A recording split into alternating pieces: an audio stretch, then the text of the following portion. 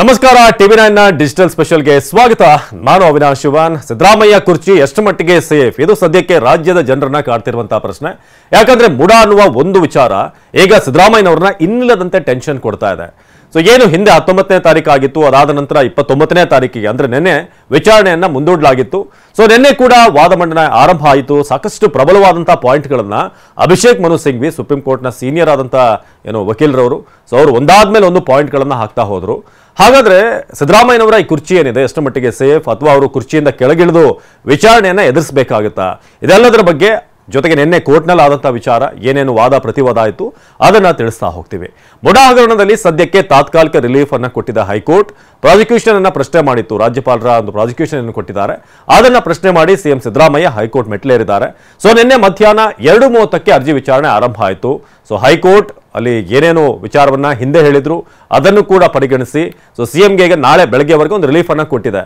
ಹಾಗಾದ್ರೆ ನಿನ್ನೆ ಏನೇನಾಯಿತು ಒಂದೊಂದಾಗಿ ನೋಡ್ತಾ ಹೋಗೋಣ. ಅಭಿಷೇಕ್ ಮನು ಸಿಂಘ್ವಿ ಕೆಲ ಪ್ರತಿವಾದಿಗಳ ಆಕ್ಷೇಪಣೆಯನ್ನು ಸಲ್ಲಿಸಿದ್ದಾರೆ ಅನ್ನೋದ್ರ ಬಗ್ಗೆ ಕೂಡ ಹೇಳಿದ್ರು. ದೂರುದಾರ ಪ್ರದೀಪ್ ಕುಮಾರ್ ಕೂಡ ಆಕ್ಷೇಪಣೆ ಸಲ್ಲಿಸಿಲ್ಲ, ರಾಜ್ಯಪಾಲರು ಆಕ್ಷೇಪಣೆಯನ್ನು ಸಲ್ಲಿಸಿಲ್ಲ. ಪ್ರತಿವಾದಿಗಳು ಆಕ್ಷೇಪಣೆ ಸಲ್ಲಿಸಿದ್ರೆ ನಾವು ಪ್ರತಿಕ್ರಿಯೆಯನ್ನು ಕೊಡಬಹುದು ಅಂತ ಆರಂಭದಲ್ಲೇ ಹೇಳಿದ್ರು. ಹಾಗೇನೆ ತುಷಾರ್ ಮೆಹ್ತಾ ಸಾಲಿಸಿಟರ್ ಜನರಲ್ ಅವರು ಕೂಡ ರಾಜ್ಯಪಾಲರು ಯಾವುದೇ ಆಕ್ಷೇಪಣೆ ಸಲ್ಲಿಸಿರೋದಿಲ್ಲ, ಇನ್ನು ಅವಶ್ಯವಿದ್ರೆ ರಾಜ್ಯಪಾಲರು ತಮ್ಮ ಕಡತ ಸಲ್ಲಿಸಲು ಸಿದ್ಧರಿದ್ದಾರೆ ಅಂತ ತುಷಾರ್ ಮೆಹ್ತಾ ಅವರ ಕಡೆಯಿಂದ ಬರುತ್ತೆ. ಇನ್ನು ಅಭಿಷೇಕ್ ಮನು ಸಿಂಘ್ವಿಯ ಸಂದರ್ಭದಲ್ಲಿ ಈ ಭ್ರಷ್ಟಾಚಾರ ತಡೆ ಕಾಯ್ದೆ ಇದೆಯಲ್ಲ 17 ಅದರ ಬಗ್ಗೆ ನಾನು ವಾದಿಸಿದ್ದೆ. ಇದೊಂದು ಪಾಯಿಂಟ್ ಆಧಾರದಲ್ಲಿ ರಾಜ್ಯಪಾಲರ ಆದೇಶವನ್ನ ರದ್ದುಪಡಿಸಬೇಕು ಅಂತ ಅಭಿಷೇಕ್ ಮನು ಸಿಂಘ್ವಿ ಹೇಳಿದ್ದಾರೆ. ಸಿದ್ದರಾಮಯ್ಯ ವಿರುದ್ಧ ಯಾವುದೇ ವಿಚಾರಣೆ ಅಗತ್ಯ ಇಲ್ಲ, ರಾಜ್ಯಪಾಲರು ವಿವೇಚನೆ ಇಲ್ಲದೆ ಈ ಒಂದು ಆದೇಶವನ್ನ ಹೊರಡಿಸಿದ್ದಾರೆ. 17 ಮಾನದಂಡ ಪಾಲನೆ ಆಗದೇ ಇದ್ರೂ ಕೂಡ ರಾಜ್ಯಪಾಲರು ಅನುಮತಿಯನ್ನ ಕೊಟ್ಟಿದ್ದಾರೆ. ದೂರುದಾರರು ತಮ್ಮ ಪ್ರಮಾಣ ಪತ್ರದಲ್ಲಿ 17 ಬೇಕಿಲ್ಲ ಅಂತ ಕೂಡ ಹೇಳಿದ್ದಾರೆ, ಕಾರಣವನ್ನು ಕೂಡ ಕೊಟ್ಟಿದ್ದಾರೆ. ಸಿಎಂ ಆದೇಶ ಅಥವಾ ಶಿಫಾರಸು ಪ್ರಶ್ನೆ ಅಲ್ಲ ಆಗಿರೋದ್ರಿಂದ 17 ಬೇಕಿಲ್ಲ ಅಂತ ಕೂಡ ಅವ್ರು ಹೇಳಿದ್ದಾರೆ. 10 ರಿಂದ 15 ವರ್ಷಗಳ ಹಳೆಯ ಘಟನೆಗಳಿಗೆ ಈಗಿನ ಕಾನೂನು ಇದೆಯಲ್ಲ ಅದನ್ನ ಯಾಕೆ ಅನ್ವಯ ಮಾಡ್ತಿದ್ದಾರೆ ಅಂತ ಸಿದ್ದರಾಮಯ್ಯ ಪರ ವಕೀಲ ನಿನ್ನೆ ವಾದ ಮಂಡಿಸಿದ್ರು ಅಭಿಷೇಕ್ ಮನು ಸಿಂಘ್ವಿ. ಹಾಗೆ ಇನ್ನೊಂದು ವಿಚಾರವನ್ನು ಹೇಳಿದ್ರು, ಮೊನ್ನೆ ಕೂಡ ಅದು ಪ್ರಸ್ತಾಪ ಆಗಿತ್ತು. ಶಶಿಕಲಾ ಜೊಲ್ಲೆ, ಮುರುಗೇಶ್ ನಿರಾಣಿ, ಎಚ್.ಡಿ. ಕುಮಾರಸ್ವಾಮಿ ಅಂತಹ ವ್ಯಕ್ತಿಗಳೇನಿದ್ದಾರೆ ಅಂತ ಜನನಾಯಕರು ಅವರ ವಿರುದ್ಧ ಆರೋಪ ಪಟ್ಟಿ ಸಿದ್ಧವಾಗಿದ್ರು ಕೂಡ ರಾಜ್ಯಪಾಲರು ಅದಕ್ಕೆ ಅನುಮತಿಯನ್ನು ನೀಡ್ತಿಲ್ಲ ಅಂತ ಮತ್ತೆ ರಿಪೀಟ್ ಮಾಡಿದ್ರು ನಿನ್ನೆ ಅಭಿಷೇಕ್ ಮನು ಸಿಂಘ್ವಿ.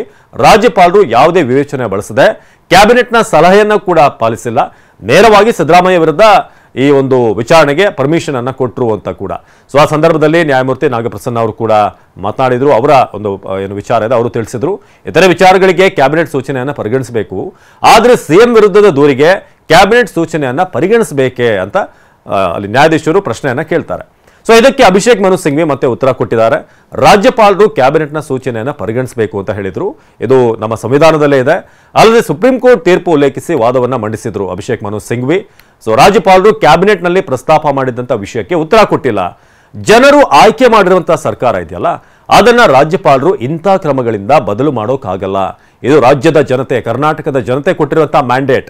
ಸೊ ಅಂತ ಸರ್ಕಾರವನ್ನ ಬೀಳಿಸುವಂತಹ ಪ್ರಯತ್ನ ಇಂಥ ಕ್ರಮಗಳಿಂದ ಆಗಲ್ಲ. ರಾಜ್ಯಪಾಲರ ಅಧಿಕಾರಿಗಳಿಗೆ ಏನು ಅಧಿಕಾರ ಇದೆ ಅದಕ್ಕೆ ಒಂದು ಲಿಮಿಟೇಷನ್ ಇದೆ, ನಿರ್ಬಂಧ ಇದೆ. ರಾಜ್ಯಪಾಲರು ತಮ್ಮ ನಿರ್ಧಾರಕ್ಕೆ ಯಾವುದೇ ಕಾರಣವನ್ನು ಕೊಟ್ಟಿಲ್ಲ. ಯಾಕೆ ಅವರು ಪ್ರಾಸಿಕ್ಯೂಷನ್ಗೆ ಅನುಮತಿಯನ್ನು ಕೊಟ್ಟರು, ಸಿದ್ದರಾಮಯ್ಯ ವಿರುದ್ಧ ವಿಚಾರಣೆ ಮಾಡಬಹುದು ಅಂತ ಪರ್ಮಿಷನ್ ಕೊಟ್ಟರಲ್ಲ ಅದಕ್ಕೆ ಸೂಕ್ತವಾದಂತಹ ಕಾರಣ ಕೊಟ್ಟಿಲ್ಲ ಅಂತ ಅಭಿಷೇಕ್ ಮನು ಸಿಂಘ್ವಿ ಹೇಳ್ತಾರೆ. ಕೇವಲ 4 ಪುಟಗಳ ಅನುಮತಿಯನ್ನಷ್ಟೇ ನೀಡಿದ್ದಾರೆ. ಯಾವ ಆಧಾರದ ಮೇಲೆ ಪ್ರಾಸಿಕ್ಯೂಷನ್ ಅನುಮತಿ ಕೊಟ್ಟಿದ್ದಾರೆ ತಿಳಿತಾ ಇಲ್ಲ. ರಾಜ್ಯಪಾಲರು ನೀಡಿರುವಂತಹ ಪ್ರಾಸಿಕ್ಯೂಷನ್ ಅನ್ನ ಕೂಡಲೇ ಅನುಮತಿಯನ್ನ ರದ್ದುಪಡಿಸಬೇಕು ಅಂತ ಹೇಳಲಾಗಿದೆ. ಸೊ ಇದು ನಿನ್ನೆ ಆದಂತಹ ಒಂದಷ್ಟು ವಾದ ಮಂಡನೆ, ಜೊತೆಗೆ ಬೇರೆ ಸುಪ್ರೀಂ ಕೋರ್ಟ್ನ ಬೇರೆ ಕೇಸ್ಗಳ ಬಗ್ಗೆ ಕೂಡ ರಾಮೇಶ್ವರ್ ಕೇಸ್ ಸಂಬಂಧಪಟ್ಟ ಹಾಗೆ ಕೂಡ ಉಲ್ಲೇಖ ಮಾಡಲಾಗಿದೆ. ಸೊ ಓವರ್ ಆಲ್ ಈ ಒಂದು ಆದೇಶ ಏನಿದೆ ಸಿದ್ದರಾಮಯ್ಯ ವಿರುದ್ಧ, ಸೊ ಅದು ರಾಜಕೀಯ ಪ್ರೇರಿತ ಅನ್ನೋ ಅರ್ಥದಲ್ಲಿ, ಅಂದ್ರೆ ನೇರವಾಗಿ ಪದಗಳನ್ನು ಬಳಸದೆ ಸರ್ಕಾರವನ್ನು ಅಸ್ಥಿರಗೊಳಿಸಬೇಕು ಅನ್ನೋದು ಇವರ ಉದ್ದೇಶ ಅನ್ನೋ ಅರ್ಥದಲ್ಲಿ ನಿನ್ನೆ ಅಭಿಷೇಕ್ ಮನು ಸಿಂಘ್ವಿ ಒಂದಷ್ಟು ವಿಚಾರಗಳನ್ನು ತಿಳಿಸಿದ್ರು. ಸೊ ಹಾಗಾಗಿ ಈ ವಾದ ವಿವಾದ ಏನು ಪ್ರತಿವಾದ ಆಗಬೇಕಾದ್ರೆ ಒಂದಷ್ಟು ವಿಚಾರಗಳು ಬರುತ್ತೆ. ಆದರೆ ಅದೆಲ್ಲವನ್ನು ಕೂಡ ಪರಿಗಣಿಸಿ ಈಗ ಸದ್ಯಕ್ಕೆ ಒಂದು ತಾತ್ಕಾಲಿಕ ರಿಲೀಫ್ ಅನ್ನು ಕೊಡಲಾಗಿದೆ. ಸಿದ್ದರಾಮಯ್ಯ ಅವರಿಗೆ ಒಂದು ತಾತ್ಕಾಲಿಕ ರಿಲೀಫ್ ಅನ್ನು ಕೊಟ್ಟಿದೆ. ಇನ್ನೊಂದು ಕಡೆ ಡಿಸಿಎಂ ಡಿ ಕೆ ಶಿವಕುಮಾರ್ ಅವ್ರಿಗೂ ಕೂಡ ಸೊ ನಿನ್ನೆ ಮಧ್ಯಾಹ್ನ 2:30ಕ್ಕೆ ಏನು ಅರ್ಜಿ ವಿಚಾರಣೆ ಆರಂಭ ಆಯಿತು. ಅದನ್ನು ನಾಳೆ ಬೆಳಗ್ಗೆ 10:30ಕ್ಕೆ ವಿಚಾರಣೆಯನ್ನು ಮುಂದೂಡಲಾಗಿದೆ. ಜೊತೆಗೆ ಆಗಸ್ಟ್ 19ರ ಮಧ್ಯಂತರ ಆದೇಶ ಇದೆಯಲ್ಲ ಅದನ್ನು ಹಾಗೆ ಮುಂದುವರಿಸಿದೆ. ಅಂದ್ರೆ ಸಿದ್ದರಾಮಯ್ಯ ಅವರಿಗೆ ರಿಲೀಫ್ ಸಿಕ್ಕಿದೆ. ಯಾವುದೇ ರೀತಿ ಅವರಿಗೆ ವಿಚಾರಣೆ ಆಗಲಿ, ವಿಚಾರದಲ್ಲಿ ಸಿದ್ದರಾಮಯ್ಯ ಅವರಿಗೆ ಯಾವುದೇ ಸಮಸ್ಯೆ ಆಗಲ್ಲ. ಆ ಒಂದು ಮಧ್ಯಂತರ ಆದೇಶ ಏನಿದೆ ಅದನ್ನು ಹಾಗೆ ಮುಂದುವರಿಸೋದಕ್ಕೆ ಈಗ ಕೋರ್ಟ್ ಆದೇಶವನ್ನು ಕೊಟ್ಟಿದೆ.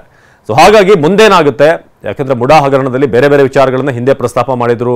ಒಂದು ಈ ಯಾವುದೇ ಈ ಜಮೀನೇನಿದೆ ಬದಲಿ ನಿವೇಶನ ನಮಗೆ ಇಂಥದ್ದೇ ಜಾಗದಲ್ಲಿ ಬೇಕು, ವಿಜಯನಗರದಲ್ಲೇ ಬೇಕು ಅಂತ ಎಲ್ಲೂ ಕೂಡ ಸಿದ್ದರಾಮಯ್ಯ ಪ್ರೆಷರ್ ಹಾಕಿಲ್ಲ. ಜೊತೆಗೆ ಅವರ ಪೊಲಿಟಿಕಲ್ ಪವರ್ ಏನಿದೆ ಅದನ್ನು ಎಲ್ಲೂ ಕೂಡ ಅವರು ಬಳಸಿಲ್ಲ ಅನ್ನೋದು ಕೂಡ ಅವರು ತಿಳಿಸಿದ್ದಾರೆ. ಆದರೆ ಇನ್ನೊಂದು ಕಡೆ ವಾದ ಮಂಡನೆ ಮಾಡ್ತಿರೋರು ಏನು ಪ್ರತಿವಾದಿಗಳಿದ್ದಾರೆ ಅವ್ರು ಹೇಳುವಂಥ ಪ್ರಕಾರ ಇಲ್ಲ, ಸಿದ್ದರಾಮಯ್ಯ ಮೈಸೂರಿನ ಭಾಗದ ಪ್ರಭಾವಿ ನಾಯಕರು, ಜೊತೆಗೆ ಬೇರೆ ಬೇರೆ ಸಂದರ್ಭದಲ್ಲಿ ಒಂದು ಮೀಟಿಂಗ್ನಲ್ಲಿ ಯತೀಂದ್ರ ಅವರು ಕೂಡ ಭಾಗವಹಿಸಿದ್ದು ಯಾಕೆ ಈ ಮುಡಾ ಸಂಬಂಧಪಟ್ಟ ಹಾಗೆ, ಅಂದ್ರೆ ಅಲ್ಲಿ ಪ್ರಭಾವ ಬೀರೋದಕ್ಕೆ ಯತೀಂದ್ರ ಆ ಮೀಟಿಂಗ್ನಲ್ಲಿ ಇದ್ರು ಅಂತ ಕೂಡ ಕೆಲವರು ವಾದ ಮಂಡನೆ ಮಾಡ್ತಿದ್ದಾರೆ ಪ್ರತಿವಾದಿಗಳು, ಅಂದ್ರೆ ಯಾರು ಕಂಪ್ಲೇಂಟ್ ಅನ್ನು ಕೊಟ್ಟಿದ್ದಾರೆ. ಜೊತೆಗೆ ನಿನ್ನೆ ಇನ್ನೊಂದು ವಿಚಾರ ಬಹಳ ಪ್ರಮುಖವಾಗಿ ಅಲ್ಲಿ ಪ್ರಸ್ತಾಪ ಆಗಿದ್ದು ಅಂತಂದ್ರೆ TJ ಅಬ್ರಹಾಂ ಅವ್ರು ಕೊಟ್ಟಂತ ಕಂಪ್ಲೇಂಟ್ ಏನಿದೆ ಅದನ್ನ ವಜಾ ಮಾಡಬೇಕು ಅಂತ. ಯಾಕಂದ್ರೆ ಅವರು ಒಂದ್ ಕಡೆ ರಾಜ್ಯಪಾಲರ ಮುಂದೆ ಒಂದು ಹೇಳಿಕೆಯನ್ನು ಕೊಟ್ಟಿದ್ದಾರೆ, ಕೋರ್ಟ್ನ ಮುಂದೆ ಮತ್ತೊಂದು ಸ್ಟೇಟ್ಮೆಂಟ್ ಅನ್ನು ಕೊಟ್ಟಿದ್ದಾರೆ ಅಂತ ಅಭಿಷೇಕ್ ಮನು ಸಿಂಘ್ವಿ ಹೇಳಿದ್ರು. ಹಾಗಾಗಿ ರಾಜ್ಯಪಾಲರ ಒಂದು ಸಮಯ ಕೂಡ ವ್ಯರ್ಥ ಆಗಿದೆ ಅನ್ನೋದು ಕೂಡ ನಿನ್ನೆ ಪ್ರಸ್ತಾಪ ಆಯಿತು. ಜೊತೆಗೆ ಒಂದೇ ಒಂದು ಕಂಪ್ಲೇಂಟ್ನ ಆಧಾರದ ಮೇಲೆ ಮಾತ್ರ ರಾಜ್ಯಪಾಲರು ಆದೇಶವನ್ನು ಪ್ರಕಟ ಮಾಡಿದ್ರು.